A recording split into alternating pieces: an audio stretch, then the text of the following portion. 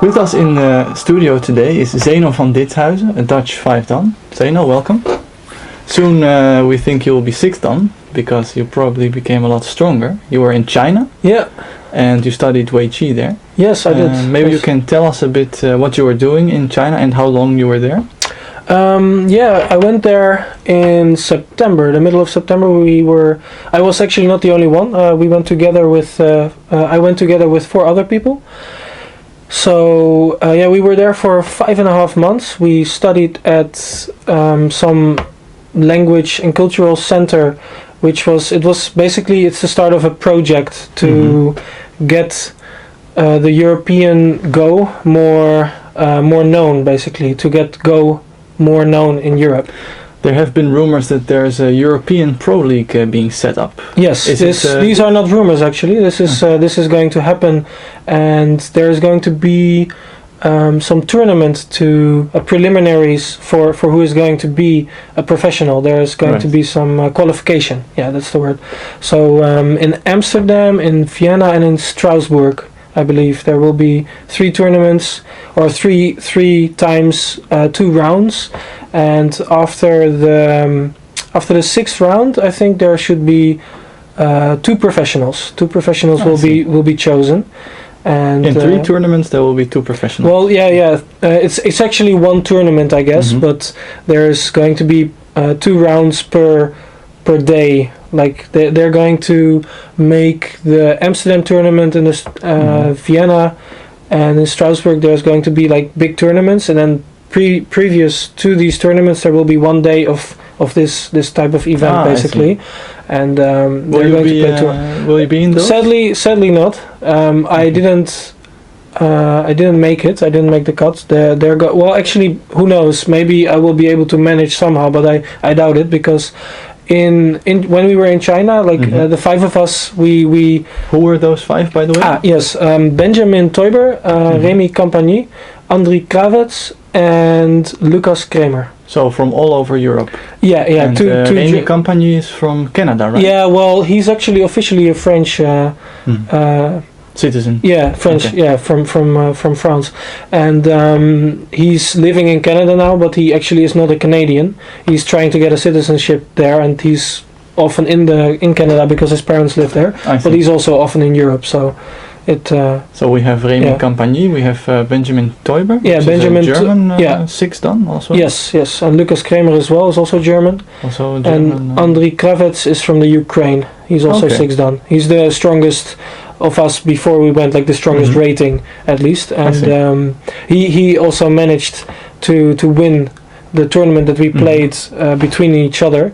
There was like the EGF decided how to give away the 16. There's going to be 16 participants in this tournament to decide who's going to be professionals, and there's going to be 16 players, and one of the 5 of us is going to get some sort of not a wild card, but how to say, like we get to play in this tournament basically, and the rest. Is it decided by rating? The rest? The rest is partially decided by rating. Like I think half of the players, like 8 or something, is going to be decided by rating, and they're going to do something like the best female player and the best this, and they haven't actually decided yet. So I'm just speculating. Actually, I'm not entirely sure how they are going to decide. But basically something like this, and maybe actually 2 of us will be selected. I see. So Benjamin Teuber has a chance of also participating in this tournament because he got 2nd place in the little tournament that we played between each other. Okay. So how long have you been in China? 5.5 months. And we've been studying a lot there. In the beginning, very, very often we also went to tournaments. So that was a very interesting experience. Yeah, you said that you played amongst each other at tournament. Was that in the beginning, or was that was in the end. After we actually studied a lot, that was like basically to see who became the strongest in the end, or something like this. Right. It's because the reason is actually that we get this type of selection is that we didn't have a chance to compete in the European tournaments during the time that we were at the in China, so they thought it would be a bit unfair to not give us a chance to somehow Improve also your get rating, selected. Because we actually studied a lot and we got stronger, and so it would be so they made this decision to give one or two of us or something like this a select the possibility to play in this tournament. I also heard that Pavel Lise from Slovakia was there. Pavel Lise was not in. I would say he was in China, but for the World Mind Sport Accord. I see. And also, I think Ilya Shikshin, and I'm not sure if there were any others, but I think there were a couple of European players in China for the World Mind Sport Accords. Okay. And but this is not part of the. This was not part of the same. The World Mind Sport Accords is the World Mind Sport Accords, and this was a different. This was a project basically. There were 5 European talented players. The selection was done by rating. You had to be 2,500 or higher, and 18 years or older, and younger than 25. I see. So maybe it's interesting to tell a bit about your daily stuff. What were you doing in China?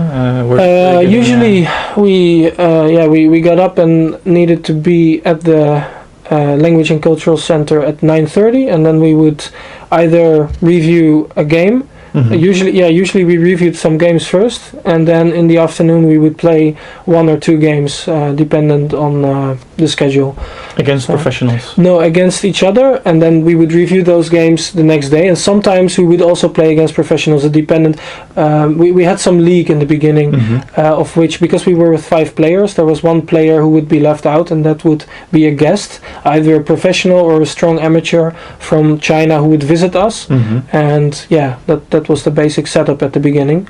Not before too long we got a bit bored of playing against each other, and we told this to the organizers, and they were considering to like enroll us in some weiqi school, an official weiqi school in China. There's a pretty famous one, I think it was called the Nei Ping weiqi school, something like this. It's a famous professional. Yeah, it's a famous professional. I think it's not actually his school, but they like named the school after him or something like this. There's, I think, several schools that named their school after this. I'm not exactly sure, but it's the most famous one in Beijing, and a lot of professionals that are that come through the selection each year come from that school actually, so they're very strong players there. So you went there? We went in the end. We went there in December, and I think also in November we first played there, the big cycle as they called it. Everybody that was there, all their students would play in some big cycle, and it was a big tournament, 13 rounds in, I think it was something like 5 or 6 days or something crazy. So like three rounds per day basically. It was very tough, and you need a lot of endurance to make it through the end, because like at the end most of us were so just exhausted basically that our games deteriorated. The quality was not so good, and it's very very tough, but we learned. It's good to train your concentration as well. It is. Do you feel like you became a lot stronger? I feel like I learned a lot. I'm not sure how strong I have become exactly, but I feel I've become stronger, but I still need to prove it basically. It's difficult to actually measure because I haven't played against many European players yet. So yeah. Well, maybe it would be nice to show us something you learned. Sure. Like to share something with us. Okay. So maybe a tricky move first. For example, I know something. For example, when I was in China, they showed me a very interesting opening. There is a player called Gan Yiseng. Gan Yiseng, I think it was indeed. And he played a move like this as his opening move as black. Okay. Very creative. Yeah, very creative indeed. And when he's white, usually black plays something like this, or depends on the color. If I'm black, I would play here, for example, and then he would play this move as white. Yes, exactly. Okay, so he doesn't like the conventional openings. He has his own ideas. Very creative, and indeed. No. So usually black plays in the other corner, and then he would just play this type of move again, and then Lise Dol, he's black. Lisadol is black, and this gun guy is white. Lisadol plays over. Actually, it was in this corner. I think. Right. He plays over here. This attachment. It blew my mind when a professional showed me this. And yeah, it's very unexpected. Normally, you would expect to play here, or maybe on 3-3 or such a point. Yeah. Or if you're a bit more cautious, to play further away. Yeah, this one is more common, I think, but. Possibly it's basically any move, but an attaching move exactly at the 5th move already. It's quite ingenious actually, because Lisadol of course has some logic behind this. The most obvious response for white would be to attach or to Hane over here, and the nice thing is that when black extends and white goes ahead and pushes like this, black can actually Hane, and it looks like white can cut, and he actually can, but now it's going back to a Joseki. It looks like a Joseki, and maybe somebody already recognizes it. This is the small avalanche. Right. And generally speaking, they consider this bad for white, because if you play the normal variation, so white bend like and this, black defend here. Exactly. And now we get an exchange. Yes. Right. Yes. Like this. But maybe this was played some decades ago, but now you don't see it often anymore. Yeah. White can only play this when this side is very important, and in this case it's just too early, because white stones are too focused on one side, and black gets this nice thickness. And basically the reason for this Joseki to not be good for white is that white had the first move, and they played just as many moves, like both players played the same amount of moves, and black has more points. Right. So that's the basic reason for this to be bad for white. So in the game, white decided to do something else, right? Yeah, right. So we take this off. Yes. White stone. Right. Lisadol invaded. Yes. Well, I don't know if you should call this an invasion, but he attached. He attached. Yes. And then gun played on. On the outside, and this is for me even more suspicious. But he did play like this, and Lisadol Hane is here. It's too dangerous. To play this. Is yes. Okay, so this would probably be an overplay. Yeah. White played on the outside. And black simply defends like this, and then white also defends. Exactly, and they played like this. But the strange thing is that white is building thickness, but black gets the corner is basically just too big. It's very big. This stone is, I don't know, it somehow feels strange, but of course I'm not a professional. Black has exactly. So it's very good for black, I think. Yeah, it feels to me as well, but of course I'm not a professional, and who knows? So Gon is trying to trick his opponent, but Lisadol... Well, I don't think he's trying to trick. He's just trying something different. He doesn't like the conventional ways. Yeah. So. But Lisadol found this very nice move. Yeah, I think this is not necessarily how to say, like it basically just shocks your opponent as well, because I also learned in China that Go is not only about skills, but it's also about, like, you hear a lot that you should not play against the you should not play against the person, but against on the board, like against the stones. Just look at the stone. But this is there is some nuance to this, because it's not actually true.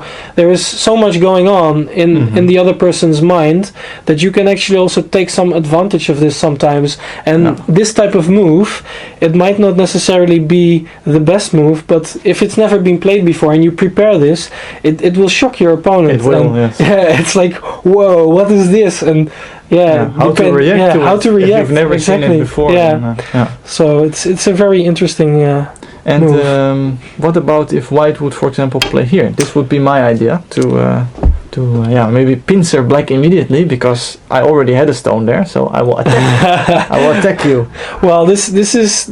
It's a nice idea, I guess, but the problem is that when black attaches, this means that you usually need to to answer from this stone, because if you don't, yeah, this stone will be in a bad position. For example, if I just simply play over here, it's already very strange. Yeah, not 2 against 1, but it's just a very strange exchange from this point of view. If white would play over here, black plays an approach. This move is generally not considered good. Like this, you. Yeah, so you're changing the order. I'm changing the moves, order. Yes, it's exactly. called the Tewari analysis, right? Exactly. So now you can see that this is a bit of a strange exchange. Yeah, already, and I think actually black can probably play something more aggressive, right. or I'd say more.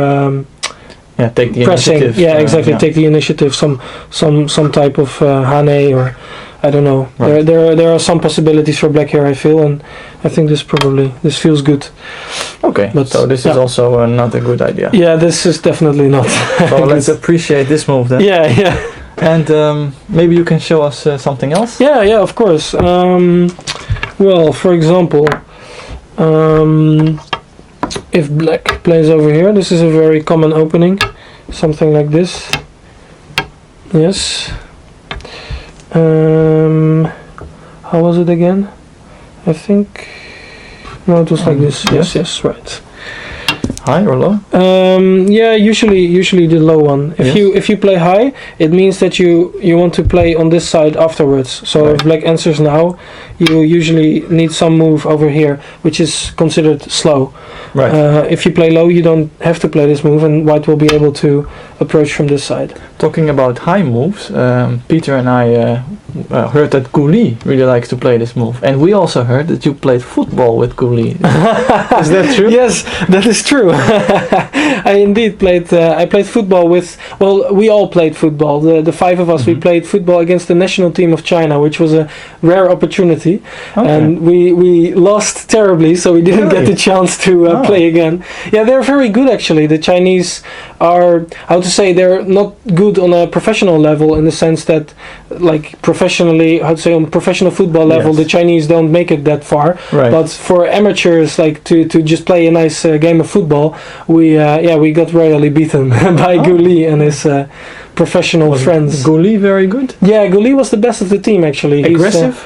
Not so much aggressive, I think, but he's a good runner, and he just has a good control of the ball. And basically, I'm not that good at football. I can run and I can try to score a goal, but I'm not that good at passing actually. So it's It's a nice anecdote. Yeah. You would expect Guli to be aggressive because in Go he's also quite aggressive. I'm not sure. Is Guli that aggressive? He's very risky, I think. Yeah. Risky play. But yeah, maybe he's also aggressive, I guess. He likes to fight. Yeah, he does. Yeah, that's true. Okay, so white approaches here. So this is black plays in the corner. Yeah, this is possible. Usually you see a low move because the shape is more balanced somehow. Right. If you I'd say this is very general philosophy to have a shape that goes from low to high to low to high. It somehow is more balanced, like this wave formation. Yeah, exactly. Like this, the invasion point over here is generally already quite annoying. Right. But we're talking about something more specific here. If black plays high over here, white has some nice move like this, which is this is actually quite normal. If black answers like this, then white can play over here, and then this invasion point is defended. Yeah. Well, no, it's not defended. Actually, this is the reason that the black should play low. That's what I mean. Like if you play over here, then white has this opportunity to play on both sides, and of course this invasion point is also here. But that's basically like if black would play here, then at some point this will be more annoying, I think. I'm not exactly sure about everything, but like this it's more difficult for black to invade. I feel so. Okay. But for white white to invade. Of course. Yeah. Oh yeah. But black will not answer in this corner. Well, maybe attack here. Yeah, but this is basically not possible, because white can play over here, and you usually want to play this variation now, but that's only possible when this move is here, because now when this is high, white will not answer this over here. This is the usual move. You would expect white to play here, but this move. Yeah, this is a very nice move. Yeah. I was really surprised when you showed us. Yeah. It's really great. So if black would just take this side, then it's good for white, right? Yes, because now white can play over here, and white gets the corner and destroys the whole potential of or not potential, but actually just the framework of black that he built with these moves in the beginning. It's basically already destroyed. And black doesn't gain so much here. Yeah, not that much. It's I don't know how to explain, but this shape is not as big as it was previously. So what if black will block from the other side? Like to try and protect this. But exactly. Yeah, there is a problem. Now white will play over here, and if you simply block, now white can play this move, and black will probably cry. Will suffer. Yeah, this is not a very nice situation to be in as black. Very cool. So when black has a high move, and black goes for this stone, and then playing the Kasumi, white can play the Keima. Exactly. Very cool. Oh. Well, Zeno, thanks a lot for this interview, and I hope you will do really well in tournaments. I hope so too. We will be looking out for you, and thanks a lot. Okay. All right.